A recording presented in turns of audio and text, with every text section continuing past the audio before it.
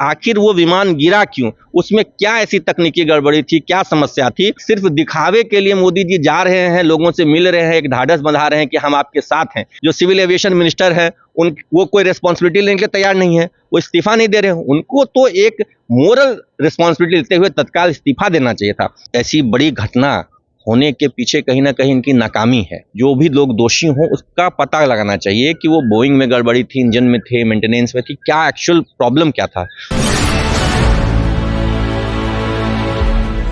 नमस्कार, star TV Bihar देख रहे हैं आप। मैं हूं सान्या आपके साथ। इस वक्त हमारे साथ मौजूद है जनसुराज के प्रवक्ता अमित विक्रम जी। बहुत बहुत स्वागत है सर आपका हमारे चैनल पर। जी बहुत धन्यवाद। अभी हाल ही में कल ही एक घटना हुई है जिससे पूरा का पूरा भारत जो है मर्माहत है। आप जानते हैं कि 242 लोग जो हैं अभी तक प्लेन क्रैश में मारे गए हैं। इसको लेकर आप क्या कहना चाहेंगे? देखिए, कल की जो घटना है बहुत ही दुखद है और त्रासदीपूर्ण है। इसके जो मृतक परिवार हैं उनके प्रति हमारी पूरी संवेदना है। जो भी लोग इस घटना में मारे गए हैं, और कुछ जो डॉक्टर्स थे, जो इंटर्न्स थे, जिस बिल्डिंग में प्लेन क्रैश हुआ वहाँ पे भी लोगों की जानें गई हैं, तो उन सब के प्रति हमारी गहरी संवेदना है। लेकिन साथ ही साथ ये एक बहुत बड़ा प्रश्न चिन्ह खड़ा कर रहा है कि हमारी जो सिविल एविएशन मिनिस्ट्री है, एयरपोर्ट कंट्रोल अथॉरिटी है, इन सब का ऐसी बड़ी घटना होने के पीछे कहीं ना कहीं इनकी नाकामी है। इनकी एक नाकामी यह दिखाती है कि अगर इतना बड़ा कुछ फेलियर था, चाहे वो इंजन का फेलियर था या कुछ एयरक्राफ्ट में इश्यूज थे, तो उनको पहले से पता होना चाहिए। ऐसा ऑल ऑफ अ सडन नहीं हो सकता है कि कोई बहुत ही हेल्दी कंडीशन में कोई एयरक्राफ्ट अचानक से गिर जाए। तो अब तो ब्लैक बॉक्स आएगा, उसके रिपोर्ट्स आएंगे। जो भी लोग दोषी हों उसका पता लगाना चाहिए कि वो बोइंग में गड़बड़ी थी, इंजन में थे, मेंटेनेंस में थी, क्या एक्चुअल प्रॉब्लम क्या था। क्योंकि घटना तो एक हुई है लेकिन डर तो सभी लोगों के मन में है।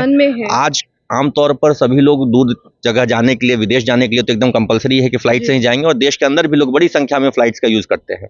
और जब इतना बड़ा हादसा होता है तो सबके मन में डर बैठ जाता है। तो ये डर लोगों के मन से निकालने के लिए बहुत जरूरी है कि असलियत लोगों को पता चले, एक डिटेल्ड रिपोर्ट आए। मैंने तो सुना है कुछ फॉरेन एजेंसीज भी, क्योंकि ब्रिटेन के बहुत सारे नागरिक मारे गए हैं, ब्रिटिश नागरिक मारे गए हैं, तो उनकी एजेंसी भी आ रही है जांच करने के लिए।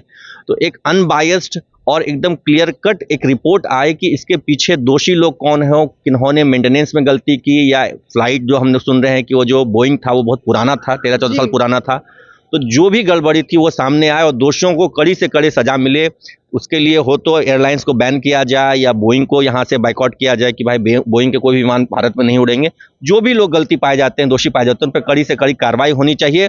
तभी आम जनता का एक जो सुरक्षा की भावना होती है उनके अंदर कि हम फ्लाइट से जा रहे हैं, तो क्योंकि सबसे एक्सपेंसिव मोड ऑफ ट्रैवलिंग है, तो सबसे एक्सपेंसिव मोड ऑफ ट्रैवलिंग में भी अगर लोग सुरक्षित महसूस नहीं करेंगे तो अपने आप को असहाय महसूस करते हैं कि हम क्या करते हैं, क्योंकि सारा सिस्टम तो गवर्नमेंट के कंट्रोल में है। तो गवर्नमेंट लोगों के फेथ को रिस्टोर करने के लिए इस पूरे मामले की जांच कराए और जो भी लोग दोषी पाए जाते हैं उन पर कड़ी से कड़ी कार्रवाई करें।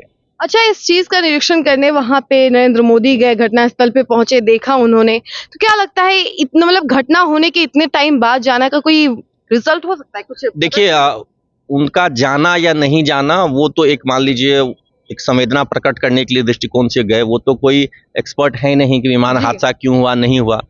उनको उनका चूंकि गृह राज्य भी है और उनको ऐसा लगा होगा कि हमें लोगों से जाकर के मिलना चाहिए। देर सवेर जब स्थिति वहाँ नॉर्मल हुई होगी तब गए होंगे। उनकी टाइमिंग पर तो मैं सवाल नहीं करूँगा, लेकिन उनके जाने का कोई औचित्य, ऐसा टेक्निकल औचित्य नहीं है। वो एक संवेदना प्रकट करने के लिए, एक राजनीतिक लाभ नुकसान देखते हुए, एक अपनी छवि चमकाने के लिए या अपनी छवि बचाने के लिए कह लीजिए गए कि भाई हम संवेदना प्रकट करने आए हैं।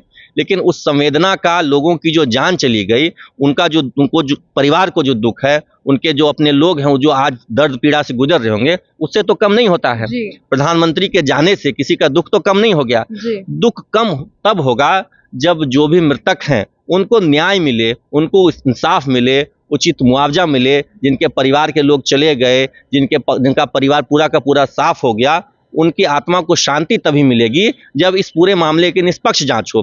प्रधानमंत्री जाएं, राष्ट्रपति जाएं, और भी जिनको जाना है जाएं, संवेदना प्रकट करें, लेकिन वो संवेदना दिखाने की चीज है, उससे कोई समस्या का समाधान नहीं होगा। जो मूल समस्या है कि आखिर वो विमान गिरा क्यों, उसमें क्या ऐसी तकनीकी गड़बड़ी थी, क्या समस्या थी, उस पर काम होना चाहिए। उस पर एक्सपर्ट टीम जल्द से जल्द रिपोर्ट दे। ऐसा नहीं हो कि महीनों महीनों तक रिपोर्ट को पेंडिंग रखा जाए, फिर कोई दोषी ना मिले। क्योंकि अभी कुछ दिनों पहले बालासोर ट्रेन हादसा हुआ था, इतने लोग उसमें भी मारे गए थे, लेकिन क्या हुआ किसी पर कोई कार्रवाई नहीं, रेल मंत्री तक ने इस्तीफा नहीं दिया।